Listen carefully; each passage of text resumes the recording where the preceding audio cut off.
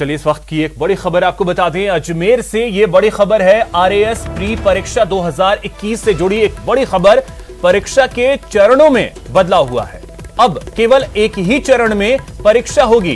पहले 27 और 28 अक्टूबर को 2 चरणों में यह परीक्षा होनी थी, लेकिन अब इसे एक चरण में ही करवाया जाएगा। परीक्षा का विस्तृत कार्यक्रम जल्द ही जारी किया जाएगा। आयोग सचिव शुभम चौधरी ने इसकी जानकारी दी है।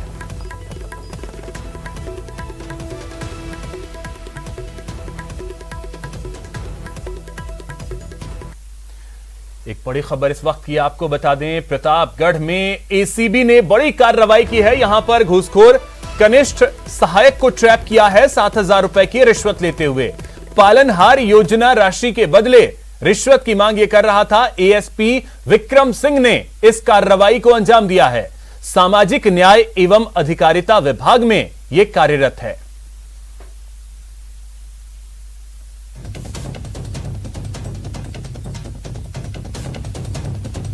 तो कनिष्ठ सहायक को ट्रैप किया गया है 7,000 रुपए की रिश्वत लेते हुए। पालनहार योजना राशि के बदले रिश्वत ये ले रहा था। और आपको बता दें कि प्रतापगढ़ में ये कार्रवाई एसीबी ने की है।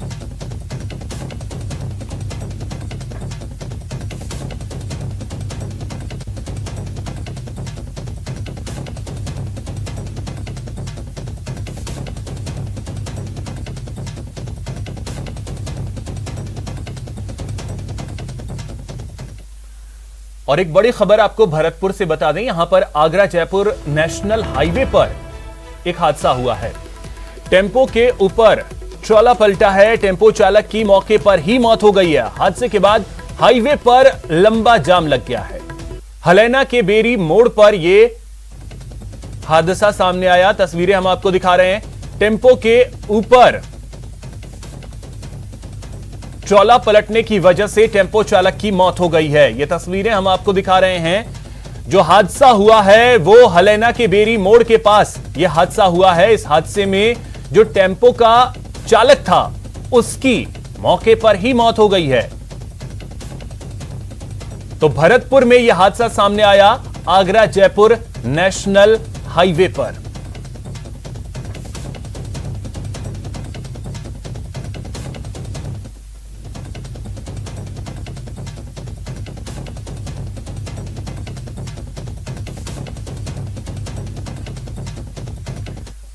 अब चलिए इस वक्त की एक और बड़ी खबर आपको बता दें। इस वक्त ये बड़ी खबर बेंगलुरु से है, जहां पर अपार्टमेंट में आग लगी है।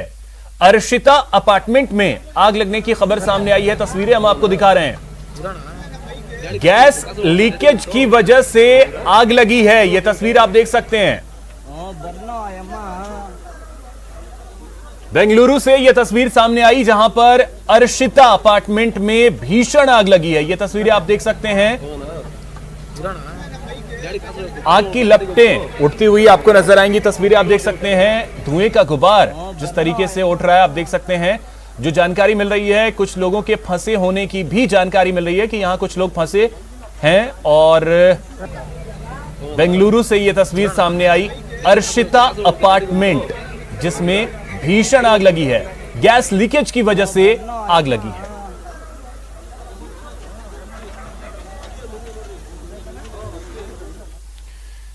जयपुर से बड़ी खबर आपको बताएं। यहां पर ईएसआई मॉडल हॉस्पिटल में मनोरोग विभाग की ओर से आमजन, मरीजों और परिजनों के लिए विश्व अल्जाइमर्स दिवस पर वीडियो एनिमेशन द्वारा जागरूकता कार्यक्रम का आयोजन किया गया।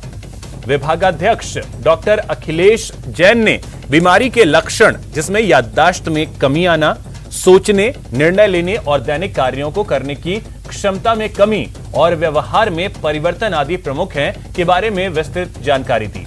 साथ ही इनकी देखभाल में परिजनों की भूमिका का महत्व भी बताया। आज की समय की अगर हम बात करें तो विश्व में लगभग 5.5 करोड़ यानी 5.5 करोड़ लोग आज डिमेंशिया से पीड़ित हैं।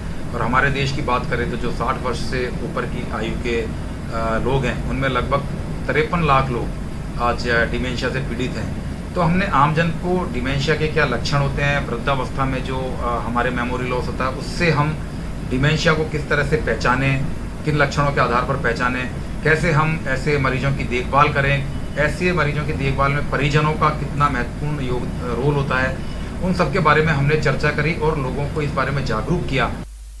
यहां रुकेंगे एक छोटे से ब्रेक के लिए।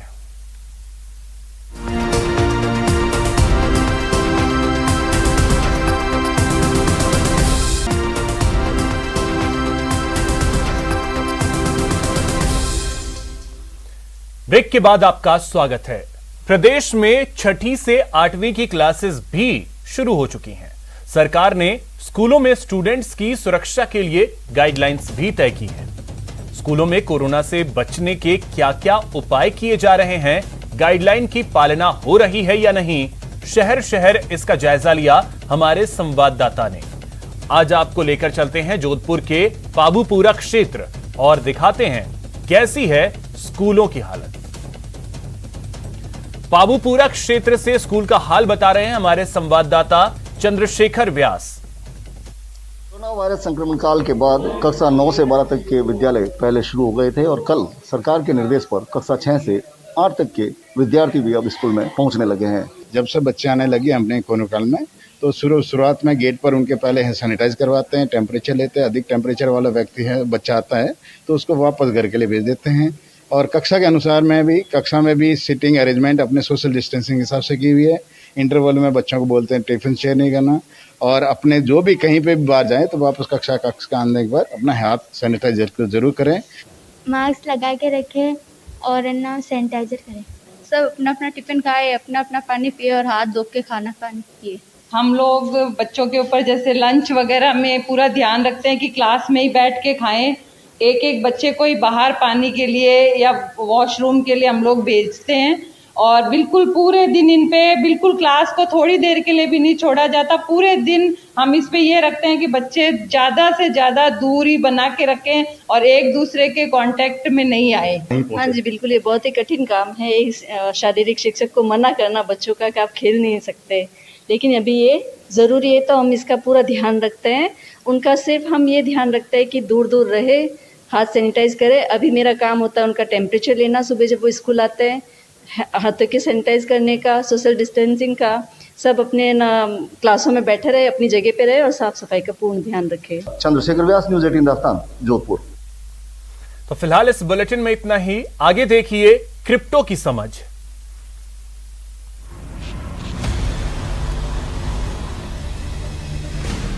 Z and news 18 network present crypto की समझ।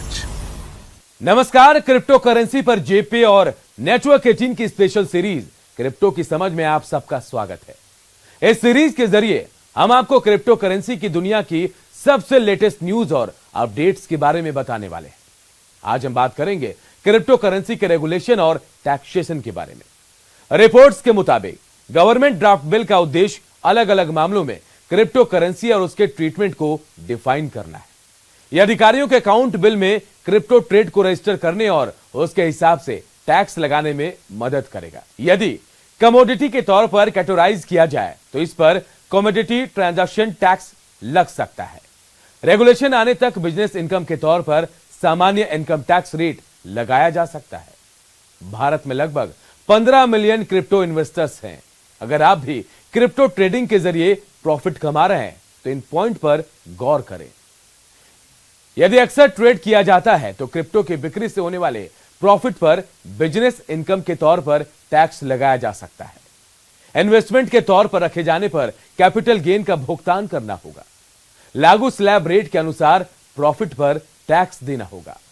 कुछ क्रिप्टो से होने वाले प्रॉफिट को दूसरे सोर्स से इनकम के तौर पर मान रहे हैं। क्रिप्टो माइनर्स इन पॉइंट पर ध्यान दें। यदि आप क्रिप्टो माइनिंग कर रहे हैं तो इसे टैक्सेबल इवेंट कंसीडर किया जाएगा।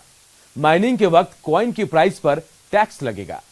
माइनिंग में इस्तेमाल किए जाने वाले इक्विपमेंट्स, रिसोर्स के लिए बिजनेस डिडक्शन का फायदा उठाया जा सके। क्रिप्टो से होने वाली इनकम का खुलासा करना होगा।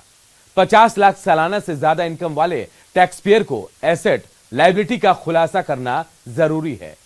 फॉरेन एसेट में क्रिप्टो होल्डिंग्स की रिपोर्ट देनी होगी। आज के लिए बस इतना ही। अगले हफ्ते क्रिप्टो से जुड़ी कुछ और रोचक जानकारी लेकर आएंगे आपके लिए।